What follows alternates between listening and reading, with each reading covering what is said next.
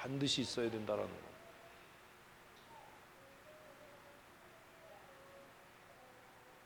성경은 예수님께서 베드로를 어떻게 훈련하셨는지 기록하지 않습니다.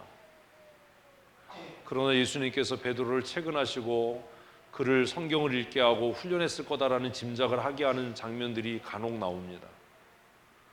그 대표적인 것이 변화산 사건입니다. 예수님께서는 베드로와 야고보와 요한을 따로 부르셔서 변화산에 오르셨습니다. 예수님께서 잡히시던 날 밤에도 베드로와 야고보와 요한을 따로 데리시고 한적한 곳에 가셔서 기도하셨습니다. 그런 정황들을 볼 때 예수님께서는 3년 동안 베드로를 강하게 훈련하셨을 겁니다. 그가 잘못된 일을 했을 때 모든 제자들 앞에서 그를 책망하고 그를 부끄럽게 해서 그가 교만에 넘어지지 않도록 하셨습니다. 우리는 사람들 앞에서 공개적으로 망신당하는 것을 부끄러워합니다. 그런데 그것이 자신의 교만이라는 것도 알지 못합니다. 베드로가 제자들 앞에서 주님께 그런 일이 미치지 않을 겁니다라고 장담했을 때 예수님은 즉각적으로 그를 모든 제자들 앞에서 크게 책망하시고 그를 부끄럽게 하셨습니다. 그러나 그 책망과 그 부끄러움을 훗날 그가 교회의 반석이 되는, 그가 예루살렘 교회의 대표로서 혼란 가운데 교회를 지켜가는 능력이 되게 했습니다. 하나님께서 여러분에게 주신 직분을 귀하게 여기십시오. 빼앗기지 마십시오. 어떻게 집사와 장로와 권사가 교회를 떠납니까? 그리고 어떻게 떠난 사람들을 옹호합니까? 시리해야죠. 그게 뭐 잘한 일이라고 위로합니까?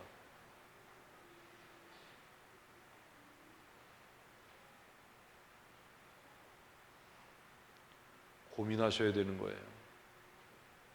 제가 얘기하잖아요. 죄 지은 사람보다 옆에서 방조하고 동조한 사람이 더 나빠요.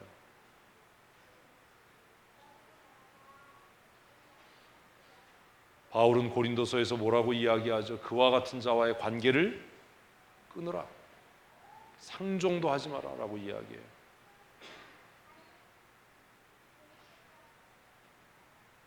선명한 성경적인 태도를 배워야 합니다. 지금 교회는 인본주의에 휩쓸려 침몰하고 있습니다.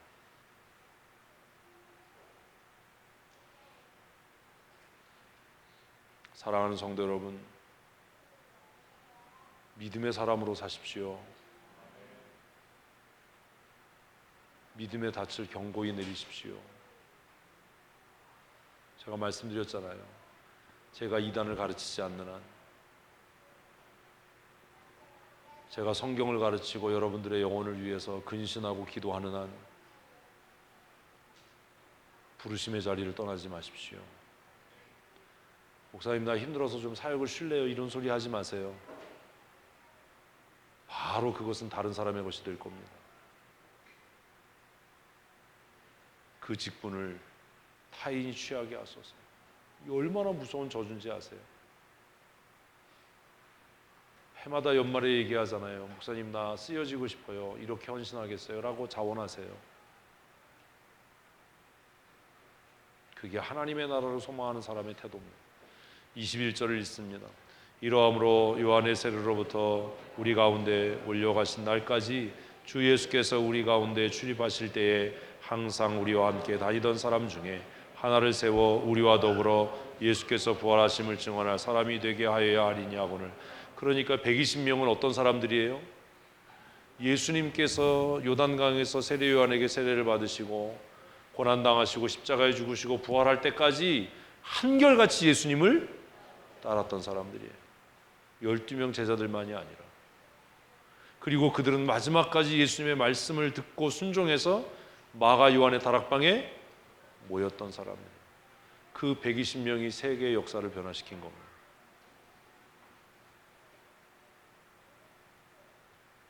우리 교회에 100명 남짓한 우리 성도들이 세계의 역사를 변화시킬 수 있는 믿음의 사람들이었으면 좋겠습니다. 숫자 많은 것이 자랑이 아니라 능력 있고 권세 있는 하나님의 사람들이 되십시오. 성령 충만한 성도들이 됩시다. 세상의 판도를 엎을 수 있는 믿음의 사람들이 되셨으면 좋겠습니다. 23절 읽습니다. 그들이 두 사람을 세우니 하나는 바사바라고도 하고 별명은 유스도라고 하는 요셉이요 하나는 마띠아라. 그들이 기도하여 이르되 무사람의 마음을 아시는 주여 이 두 사람 중에 누가 주께서 택하신 바 되어 봉사와 및 사도의 직무를 대신할 자인지 보이시옵소서. 유다는 이 직무를 버리고 제 것으로 갔나이다 하고. 하나님의 나라가 임하는 날까지 유다처럼 자신의 직무를 버리고 떠날 사람들이 적지 않을 겁니다. 그러나 그런 상황이 닥치고 임하더라도 상황에 마음을 뺏기지 마십시오. 하나님께서 나를 부르신 것이 명확하고 그 부름과 소명의 자리가 이곳이라면 예수님이 오시는 그날까지, 우리가 하나님의 부름을 받는 그날까지 이 직분과 이 소명의 자리를 굳건하게 지켜야 할 줄로 믿습니다. 베드로는 유다를 향해서 뭐라고 이야기하지요? 유다는 이 직무, 무슨 직무요? 예수 그리스도의 오심을 증거하고 성도들을 온전케 하고 봉사일을 하고 복음을 전하는 사도의 직무를 가벼이 여겨서 그것을 버리고 떠났다. 제 길로 갔다. 오늘 하나님께서 우리를 목사와 집사와 권사와 장로로 교회 직원으로 세우셨다면, 오늘 하나님께서 우리를 주일학교 교사로 진장으로 팀장으로 세우셨다면, 그것이 목사에 의한 은명이 아니라 하나님의 부르심이라고 우리가 확신한다면 이 부르심과 이 직무의 자리를 떠나지 마십시오. 이 부르심과 이 직무는 아무에게나 주어지는 것이 아닙니다. 그 부르심과 그 직무의 자리에 서 있고 싶다면 베드로가 그러했던 것처럼 여러분 스스로를 강하게 훈련하고 연단하셔야 합니다. 제가 지금도 책을 손에서 놓지 않고 늦은 저녁 시간까지 책을 읽고 고민하고 또 생각하는 이유는 제가 흘러 떠내려가는 사람 될까봐 두렵기 때문입니다. 내 사역이 끝나는 날까지, 내 부르심의 소명이 다하는 날까지 저는 치열한 인생을 살아갈 겁니다. 여러분들도 그랬으면 좋겠습니다. 특별히 우리 교회에서 저보다 나이가 어리신 성도 여러분, 하나님께서 5년 후에 10년 후에 여러분들을 어떻게 쓰실지 어떻게 알 수 있겠습니까? 그렇다면 지금 그 쓰여짐의 때를 사모하면서 자신을 맹렬하고 치열하게 훈련하고 연단해 가야 하지 않겠습니까? 성경을 읽는 일, 성경적인 원리를 마음속에 쌓아가는 일, 교회를 넓게 보고 멀리 보는 일들을 연습하십시오. 저보다 연세가 많다고 해서 낙심하지 마십시오. 인생은 60부터라고 하지 않습니까? 여기에도 사탕 바르고 저기에도 사탕 바르는 겁니다. 우리의 호흡이 끝나는 날까지 하나님께서 오늘보다 내일 더 능하게 나를 쓰실 것을 사모하는 마음으로 훈련되십시다. 연단되십시다.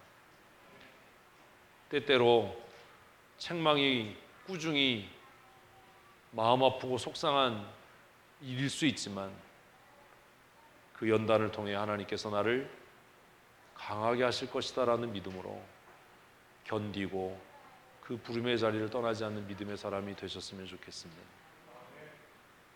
제가 목회하면서 제일 듣기 싫고 짜증나는 소리가 뭔지 아세요? 나 이거 안 하고 싶다 해요. 정말 생각 같아서는 확 뺏어버리고 싶어요. 여러분에게 주어진 직무와 사역이 빼앗기는 날, 여러분의 구원도 끝나는 겁니다. 어차피 해야 될 일이고 할 일이라면 기쁘고 즐겁게 하시고, 어차피 해야 될 일이라면 훈련되고 연단돼서 누가 해도 그거보단 잘하겠다가 아니라 저 사람 외엔 저렇게 할 사람이 없다라고 제가 좋아하는 단어 타의 추종을 불허하고 탁월한 하나님의 사람으로 살았으면 좋겠습니다. 제가 56년 살면서 가장 저를 행복하게 했던 말이 뭔지 아세요? 야, 이 목사 아니면 저렇게 못해. 이 목사 아니면 금남교회 저렇게 못했을 거야. 이 목사 아니면 성도교회 저렇게 못해. 이 목사였으니까 저렇게 한 거야 라는 이야기 들을 때가 가장 행복하고 가장 자랑스럽습니다. 누구도 나를 대신할 수 없는, 누구도 나와 같을 수 없는, 하나님 보시기에 정말 탁월한 하나님의 사람, 하나님 보시기에 여름 타작마당에 얼음 냉수 같은 사람이 되십시오. 제가 여러분들을 생각할 때 이 일은 이 사람 말고는 할 수 없어. 누구도 이 사람만큼 탁월하게 이 일을 할 수 없어라고 기대하고 신뢰할 수 있는 믿음의 사람이 되십시오. 제가 무언가를 여러분에게 권면하면 목사님 저 못해요, 능력 없어요 이런 소리 하지 마세요. 빼앗깁니다. 그 직무가 다른 사람의 것이 됩니다. 유다는 이 직무를 버리고 어디로 갔다고요? 제 곳으로 갔다. 얼마나 무서운 얘기예요. 그죠? 사랑하는 성도 여러분, 우리 천국 가는 날까지 하나님이 부르신 부름의 자리에서 하나님께서 우리에게 위임하신 직무를 충성스럽게 감당하는 믿음의 사람이 되십시오. 그리고 우리와 더불어 일하는 하나님의 사람이 되셨으면 좋겠습니다. 우리와 더불어 저에게 말씀해 주십시오. 목사님, 저는 목사님과 더불어 헌신과 사역의 자리를 지키고 싶습니다. 제가 여러분들을 훈련할 겁니다. 때로는 책망하고 꾸중하고 외면하면서라도 여러분을 훈련할 겁니다. 나 그거 안 할 거야, 나 못해, 나 싫어, 그걸로 끝날 겁니다. 재능이 있느냐 없느냐가 중요하지 않습니다. 제가 늘 말씀드리는 것처럼 마음의 태도가 중요합니다. 베드로는 무식한 사람이었습니다. 어부였던 그에게 재능은 물고기 잡는 것 외에 다른 것이 없었습니다. 누구도 그가 예수님의 으뜸이 되는 제자가 될 거라고, 교회의 반석이 될 거라고 기대하고 생각했던 사람은 없었습니다. 그러나 베드로는 예수님을 만나서 스스로 결심한 겁니다. 예수님께서 너는 반석이다, 시몬인 그를 베드로라라고 부르실 때 그의 마음에 주님, 나는 반석이 되겠습니다. 지금은 갈대 같은 인생을 살지만 주님, 나는 반석과 같은 사람이 되겠습니다. 왜 그런 결심을 못합니까?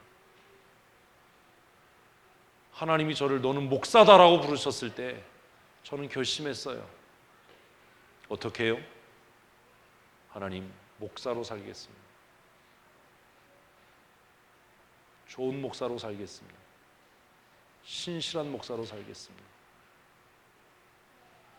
때로는 그 부르심이 힘들고 부담스러울 때도 있을 겁니다. 하나님께서 우리를 하나님의 사람으로 부르실 때 상황을 바라보고 내 자신을 바라보지 말고 나를 부르신 하나님, 그리고 내게 그런 은혜와 은사 주신 하나님을 바라보십시오. 우리 모두가 다 부르심과 믿음의 자리를 굳건하게 지켜나갈 수 있는 하나님의 사람이 되셨으면 좋겠습니다. 제가 개인적으로 묻습니다. 내년에도 이 사역을 계속할 거야? 어떻게 쓰여지길 원해? 제가 시도 때도 없이 벼랑간 물을 때라도 주저하거나 망설이지 마십시오. 목사님, 내가 쓰여지길 원합니다. 하나님이 내게 주신 이 은혜의 직분을 빼앗기고 싶지 않습니다. 그렇게 자원하면, 그 부르심의 자리를 지켜내겠다라고 결심하고 노력하고 헌신하면 하나님께서 여러분들을 저보다도 탁월한 지도자로, 베드로보다 더 능력 있는 하나님의 사람으로 연단하시고 세우실 줄로 믿습니다. 누가 뭐라고 해도 역사는 발전해 갑니다. 이 시대는 베드로보다 더 탁월하고 사도 바울보다 더 유능한 지도자들을 필요로 합니다. 그리고 우리가 알지 못하는 시간과 순간에 어디에선가 그런 사람들은 훈련되고 있을 거고, 그들은 마침내 하나님의 때에 하나님의 교회와 하나님의 나라와 주의 영광을 위해서 쓰여지게 될 겁니다.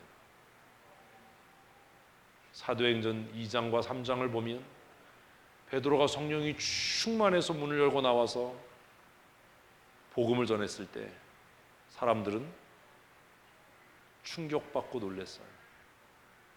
저 사람이 갈릴리 사람이 아니냐, 저 사람이 평범한 어부가 아니냐, 어떻게 저 사람이 저렇게 유능하게, 어떻게 저 사람이 저렇게 탁월하게, 어떻게 저 사람이 저렇게 능력 있고 담대하게 복음을 전할 수 있느냐.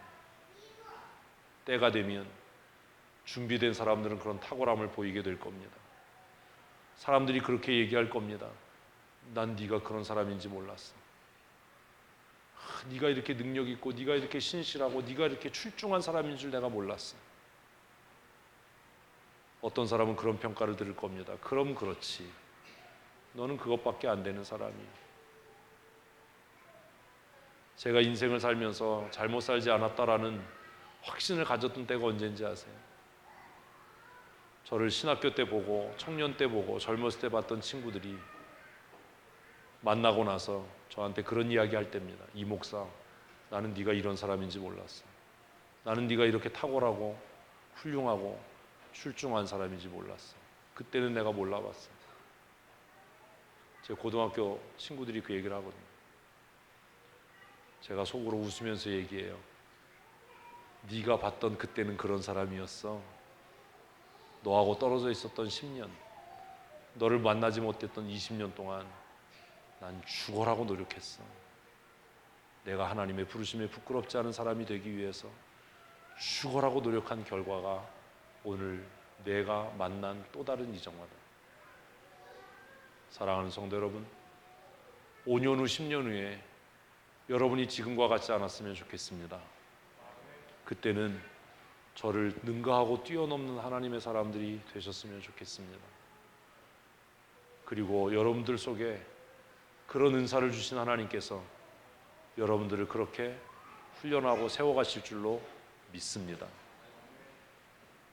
오늘 본문 말씀 끝까지 다 읽지는 않았지만 1시가 넘어서 생략하려고 합니다. 저는 한 주간 쉼의 시간을 가질 겁니다. 제가 한 주간 쉼의 시간을 갖고 돌아왔을 때 비록 짧은 한 주간이지만 제가 여러분을 보면서 한 주간 많이 성장했네, 한 주간 많이 성숙했네, 그렇게 고백할 수 있었으면 좋겠습니다. 한 주간 동안 이렇게 성경을 많이 읽었어? 한 주간 동안 이렇게 깨달은 게 많아? 아유, 훌륭하네. 돌아오고 나서 지난주나 이번 주나 별반 다름이 없네. 내가 그럴 줄 알았어. 이러지 않았으면 좋겠습니다. 우리 매일매일 하나님이 부르신 부름의 자리에서 열심히 있고 충성된 하나님의 사람으로 사는 믿음의 사람들 되십시다. 우리 이 시간 말씀 생각하시면서 하나님 훈련되게 하시고 충성되게 해주십시오. 우리가 더불어 하나님의 교회를 세워가는 믿음의 사람으로 살아가게 하여 주시옵소서. 우리 함께 기도하겠습니다. 하나님 아버지, 사도행전 1장을 마무리하면서 베드로 사도의 성숙한 모습을 바라봅니다. 그의 형제였고 동역자였던 가룟 유다의 죽음과 그의 사역을 버리고 세상으로 향했던 사건들을 그가 회고하면서 하나님의 말씀이 그를 통해 응하여지고 이루어진 것이다 라고 그가 고백하고, 그가 직무를 버리고 하나님의 부르심을 외면하고 떠나서 하나님께서 그의 직분을 다른 사람에게 위임하시고 다른 사람에게 그 직무가 옮겨졌다라고 고백하고 제비 뽑아 마띠아를 세우는 이 과정을 바라보면서 나는 어떠한 사람인지 내 자신을 돌아보게 하시니 감사합니다. 하나님 앞에 훈련되고 준비된 하나님의 사람으로 쓰여지게 하여 주시옵소서. 주의 영광을 위하여 날마다 자신과 치열한 싸움을 싸우며 살아가는 거룩한 하나님의 사람이 되게 하셔서 하나님 앞에 서는 날 잘했다 칭찬받는 믿음의 사람으로 열매 맺고 살아갈 수 있도록 은혜와 복을 내리워 주시옵소서. 우리 사랑하는 성도들 한 사람 한 사람 게으르고 나태하지 않게 하시고 상황을 변명 삼고 핑계 삼으며 살지 않게 하시고 날마다 하나님 나라를 소망하고 훈련되어지고 연단되어져 쓰여지는 거룩한 하나님의 사람이 되게 하여 주시옵소서. 날마다 하나님께서 부르신 부름의 자리에서 하나님이 맡기신 직무를 충성스럽게 감당하고 열매 맺는 하나님의 사람으로 살게 하여 주시옵소서. 우리 구주 예수님 거룩하신 이름으로 감사하며 축복하고 기도합니다. 아멘. 우리 다 자리에서 기립하셔서 630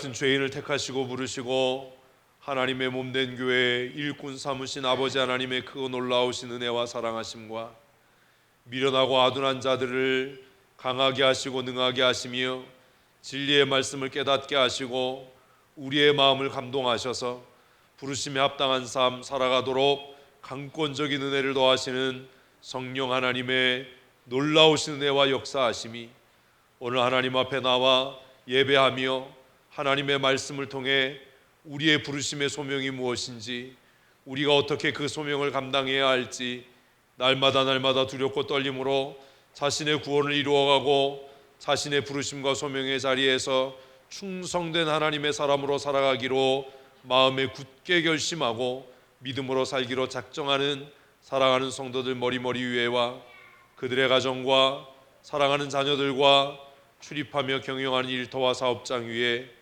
영원토록 함께 있을지어다. 아멘.